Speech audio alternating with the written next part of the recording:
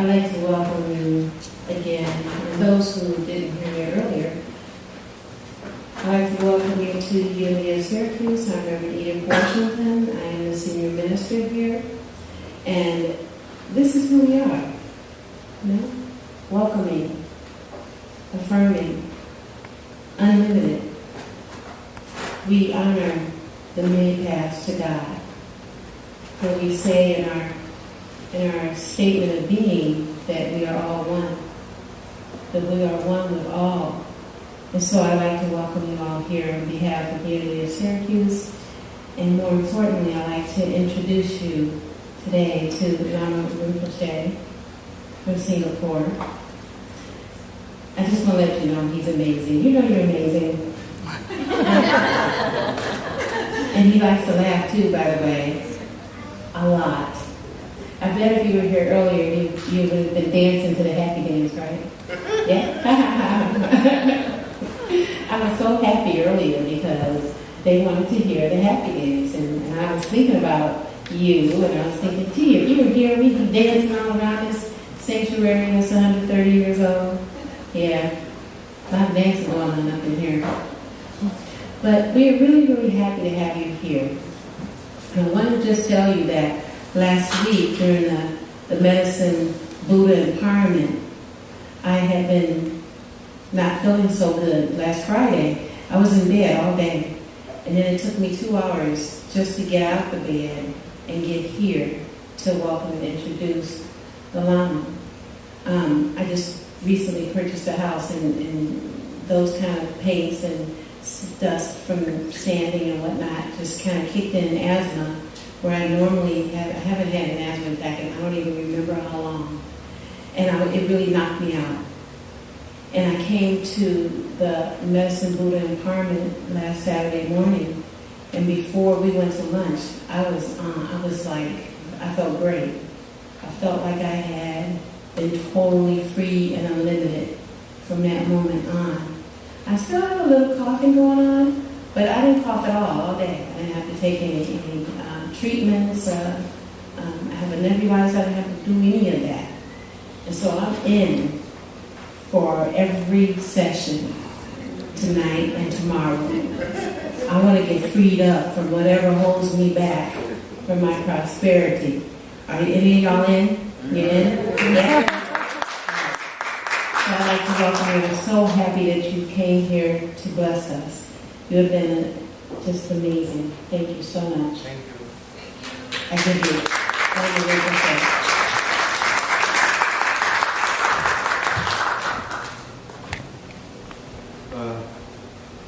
Can you be a little louder, please? Good evening. Good evening, Rinpoche. Yeah. So today I'm going to talk on this topic called realizing the deity within.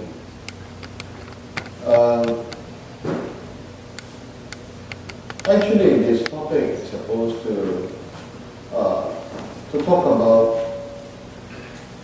after the initiation, and only for those people who have received tantric initiations. And after that, then they will have a clearer idea on how to drop their identity and idiosyncrasies of the current life. Now, first of all, before we actually talk about this, realizing this deity within, we must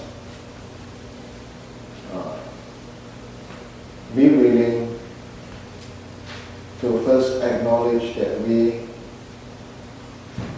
are currently living in this world that is labeled samsara, means the cycle of birth and death.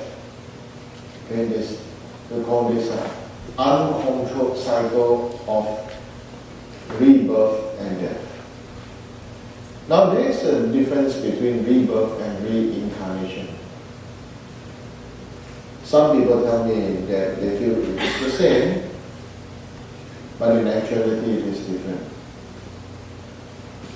Now what is the difference? So first I would like to explain.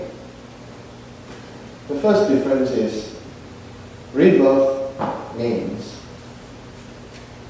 that you have no choice. You are pushed by the forces of your karma, and then you end up pretty much in your next life.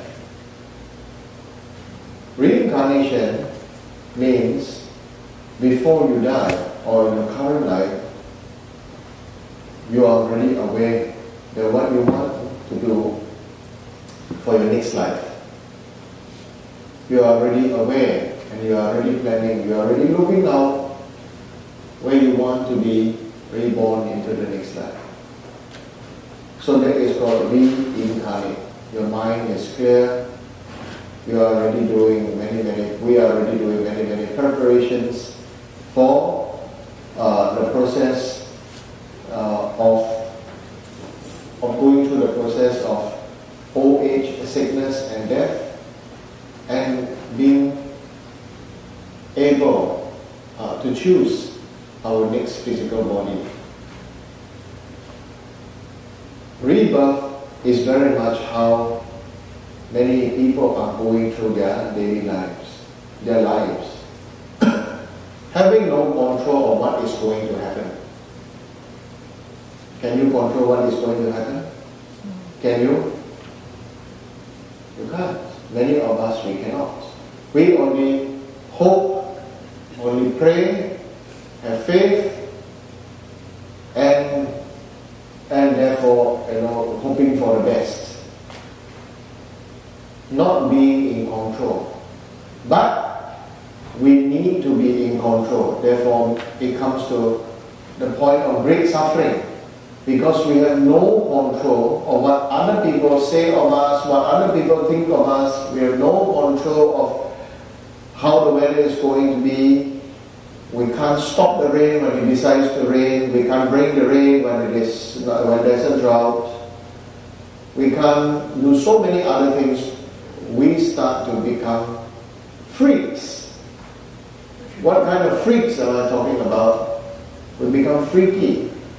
We become freaks in the first place when we have a control of certain things. That's what you call individualism. You are freaky because you choose how you want your hair to be. You choose how you want your looks to be. You have no choice over how you were born, how you were born. Looking, you have no choice how your face developed when you're going through the teenage years, childhood to teenage to adult years.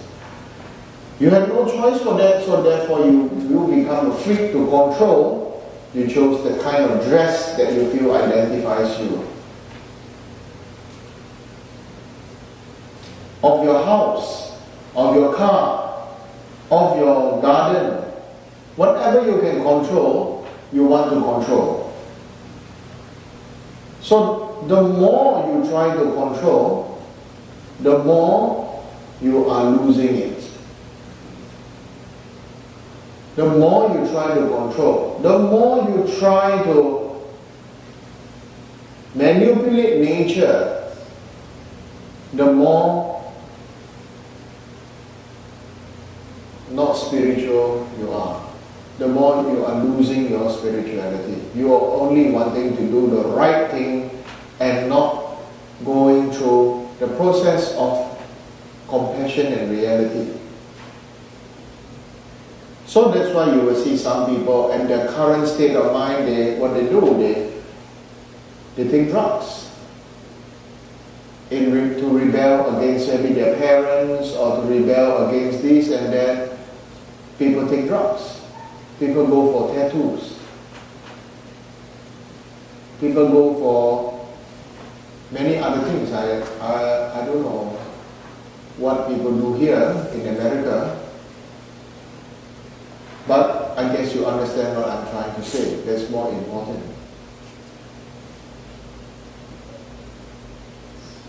So there are many other ways to, maybe as a rebel against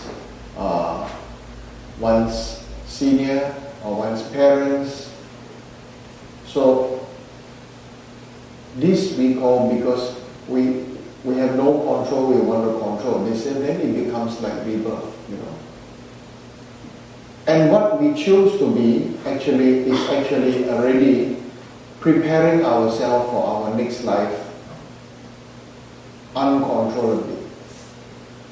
Like I said in a previous expression, those people who like to go to gym, who like to put on, maybe they wear certain kind of dark, strong clothes, and they like to be strong and everything, and they like to carry weapons, knives or something like that. In the next life, they'll be born with their body will have a weapon. Okay, maybe what do you call this? Crabs, claws, right? Or the stingray have the sting behind the tail. Don't need carry weapon. Body is already weapon. Don't need to tattoo. Already have this colors. Don't need to be strong and muscular. This your body already having this certain kind of shell or certain outlook, right? And so, rebirth truly brings about great suffering. Now, reincarnation is achievable only when you can see the divine in you and in all beings. One is rebirth and the other one is reincarnation. Only when you can see the divine in all beings and and release the idea of one's identity. Both will go through the process of old age, sickness and death. But when we talk about this idea, this reincarnation, those people those bodhisattvas who reincarnate into this world, back into this world for the benefit for other sentient beings, this very much is doing for the benefit for the world, for others and not for oneself. So that is why such reincarnated beings are being honored since childhood. Because ordinary beings do not have this kind of open heart, do not have this kind of a great heart. The first thing is dropping their own identity. Like I said, your identity, current identity, can be very easily identified by your house, because your house is your mandala. Your choice of fashion, your hairstyle, the kind of food you choose to eat and drink. So you're very much what you put in your mouth. Okay? How our body becomes very much how we choose to put in our mouth. Some people say, that from the time I was young I was fat until now I'm still fat. I was like that. I said that myself. And then I decided to stop dinner. Once I stopped dinner, my body started to recover. You see, the idea of dinner is that it is a must to eat. But in actuality, we don't need to eat dinner. It's some kind of idea that we have to eat 3 meals a day, but it is not necessary that we eat 3 meals a day. So, my body started to evolve, we started to change. Like I said, I was 250 pounds. Of course, I heard my friend Terry was 400 pounds. Yeah, unbelievable. Wow, 400 pounds. To what she is today, I think is really remarkable. Right? Slowly slowly cutting down certain things. Our choice to what we want to eat and what we don't want to eat. Similarly, since it is a choice, it is similar that it is a choice that you want to drop your identity. First of all, the most irritating identity I personally feel, I personally want to label it as irritating, is the identity that I'm gay, I'm lesbian, I'm straight, I'm bi, I'm this and that. To me, how many hours do you spend a day doing what you identify yourself as? If you are lesbian, so what? How many hours do you spend? 8 hours a day doing something with your loved one? Do you? No. You have your job, or you're doing something.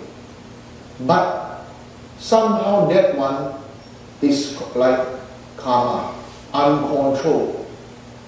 You somehow, that thing become your identity so much that you lose your sanity. I'm this, I'm that, I want to be this, I want to be that, now I'm going to this right, that right. What right?